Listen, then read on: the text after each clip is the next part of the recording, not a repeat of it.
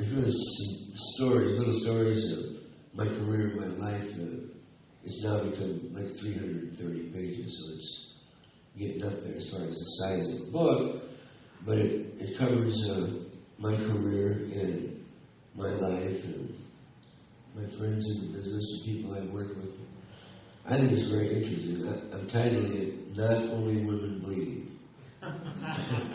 So we can take in the whole human race and just to make women, men hurt too. I have nothing more to say about that except it's coming out in 2012. I'm still negotiating with a couple of publishers, and pretty soon it'll be locked up and it'll be in print. So let me do this. Let me just ask you if you have anything you'd like to ask me, questions, so we can go back and forth a little bit. I'd like to interact with you. Any questions? Anybody? Anyone? Well, first of all, where do you get your inspiration? I know that time period from the late 60s to the mid-70s was drugs, alcohol, women, partying, and I've done it all. But where do you get your true inspiration? Even though a lot of the songs were basically ballads and love songs.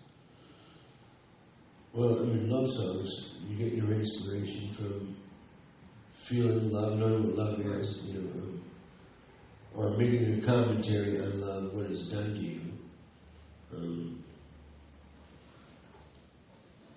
The other songs, I mean, for instance, I have a song that I wrote the music for, and it took me 10 years before I found a lyric for it. I mean, I used to play this music. I don't have my keyboard here, so I can't really play it for you, but it's a song that I do live called Jerusalem. And it was one night, I was living in New York. I had this music for 10 years. I used to play it every day. I thought, man, this is great. This is going to be a song. But I couldn't come up with the lyric. I couldn't get inspired. And I even sent it out to California to a couple of publishers and asked them if, any of their writers could do something with this music. And they couldn't find anybody who could come up with a lyric. So I'm still sitting in my apartment in New York, and I'm watching TV, and it's the end of the Vietnam War, and I'm just looking at the soldiers, and this whole thing, and suddenly it just snapped. The whole thing hit me in about 20 minutes. The song was totally written. It's images, it's stories, it's images from wartime down through the ages. And I wanted that. I said it in Jerusalem because it's the Middle East and it represents the three major religions of the world and how they battle each other when they really have a lot of the same tenets and they come from the same place. But they never seem to be able to do anything but war with each other. So I was going to tell a story, and I told a story in the lyrics about the universal soldier, the soldier that fights and dies, or just battles for different causes, different social causes and or religions in all countries, all over the world for all time. It's always been this way. So it's like a universal song to encompass soldiers everywhere in the world. And so I dedicate it now to the veterans. Yesterday was Veterans Day.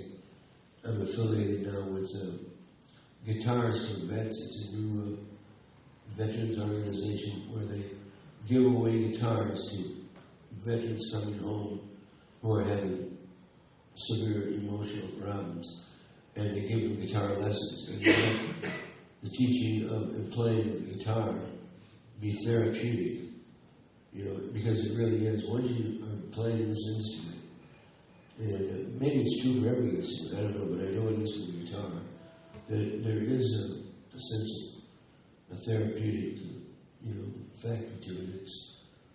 It can definitely take you into some wonderful places that relieve stress, relieve anxiety, guilt, whatever you come back with from that they call post-traumatic stress syndrome or something like that.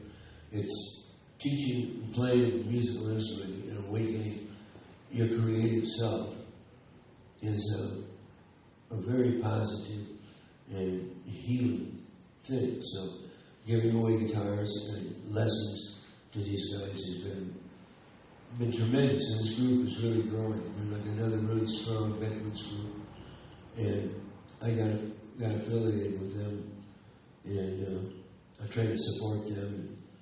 And, going to do some things in 2012, concerning live appearances and stuff too.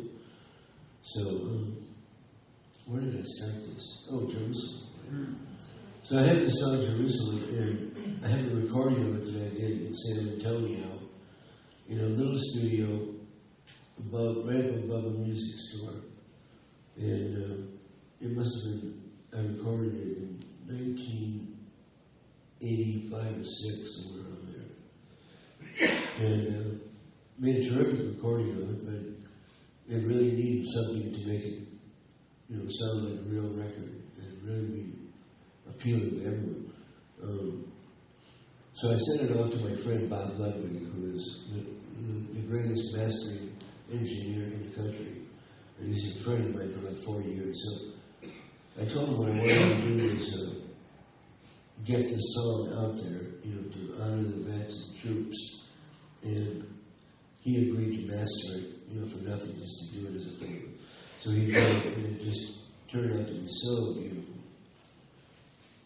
In the meantime, there's a young girl, soldier, 18 years old, who discovered this song. She's in Afghanistan, right? She discovered this song. She's playing it, to people in her unit. Listen to this tune. And everybody's like falling in love with it and making copies of it. And they're all playing it. Pretty soon, this whole unit in Afghanistan is turned out to Jerusalem. So that made us think, why should we try to help move this out there, for veterans and troops and so on. So we've got this song, the recording of the song now, being listened to and played by a lot of people in the Department of Defense. I mean, really high-level generals and stuff flipped out of this song. I don't know what it means. It probably doesn't mean anything in the end, but just to be able to inspire, these soldiers and make, be something important to them is really important to me. And if I had, do we have a copy of it that we could play? No. And if I had my keyboard here, I would play it. I don't know it on the guitar anymore. It is on YouTube. Look up Jerusalem, Dick Wagner. It's absolutely ravishing. Yeah, it's on YouTube, right? You can definitely hear it there. And I just thought it was interesting that an 18-year-old girl soldier in Afghanistan would start the whole thing towards making the song into something substantial. I'm really thankful for that. And that's about it. Any other questions? Yes, sir. You said that in your early days, you spent a lot of hours practicing guitar, but you're also a singer. So did you practice singing, or did that just come natural to you? It came natural to me, but then I had to work many years to become even a decent singer. You just heard me when I'm not singing so well.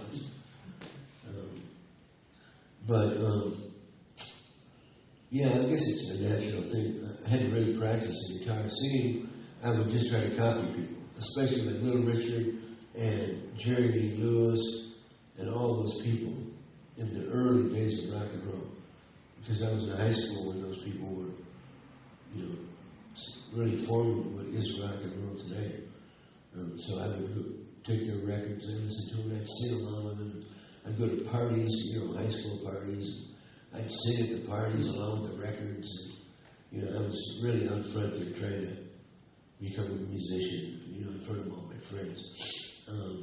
Plus the practicing and all kind of came together when I started forming bands, putting different people together. And it was really exciting. I tell all of these kind of stories about how all this stuff happened, in my book. I don't want to say wait to read my book, but because we'll talk about it. But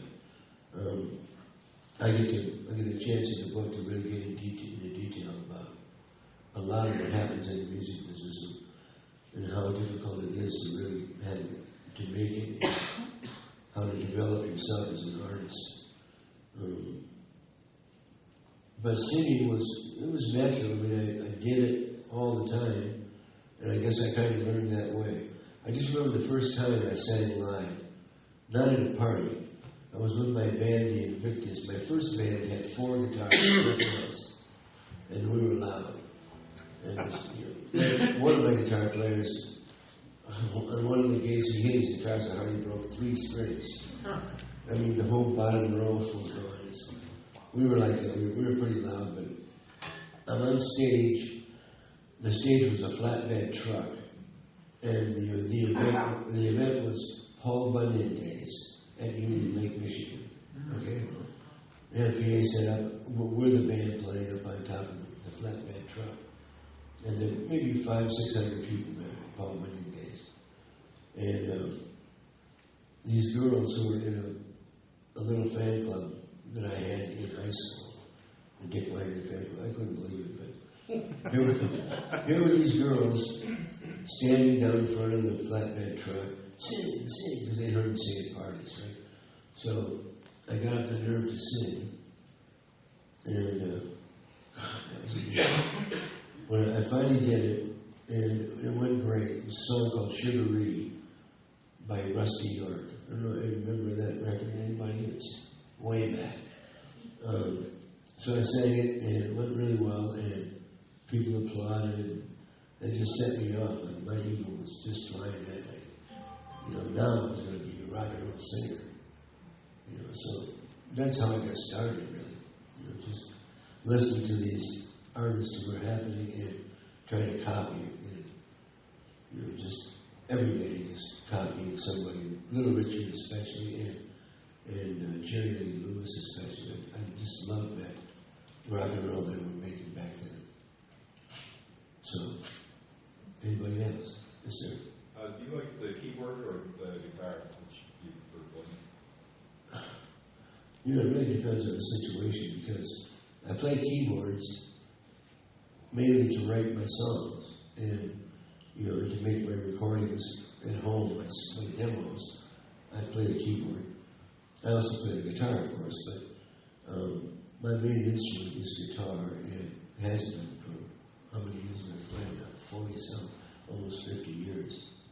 So, but I like them both.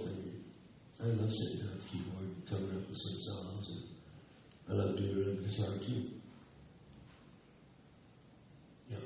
So what kind of guitar was your first electric guitar? And what have you been playing in more recent years? My first guitar, my first electric guitar, was a blonde finish dual pickup. It was very important to get a dual pickup. A dual pickup Harmony guitar cost me about $100. And it was actually quite a great guitar, I thought. It really played great, sounded good in the amp. I didn't realize till later that there were better guitars. When I finally bought a Gibson 345 and got into that guitar, I started to realize the difference between really good guitars and a Harmony. But that was my first guitar. I used to go on dates with my girlfriend and take the guitar, and we'd sit someplace and start, we'd park and start smooching a little bit. I'd reach in the back and pull out my Harmony. And I'd just play a little bit. I couldn't really play much then. And she loved it. She wanted to kiss, and I wanted to play my guitar. I hate to admit that, but it's true. I had some hot nights on the guitar. No, it was just great. The Harmony was my first guitar. And then my second really good guitar was that Gibson 345, which I then owned I must have owned it for almost 4 years. And then in the trouble patch, where you just do things irrationally, you shouldn't really do it because those guitars are now worth thousands and thousands of dollars. I sold it to somebody for like $300 or $400, just because I needed some cash in my pocket that day. Anyway, we all make mistakes. I wish I still had it. It was a great guitar.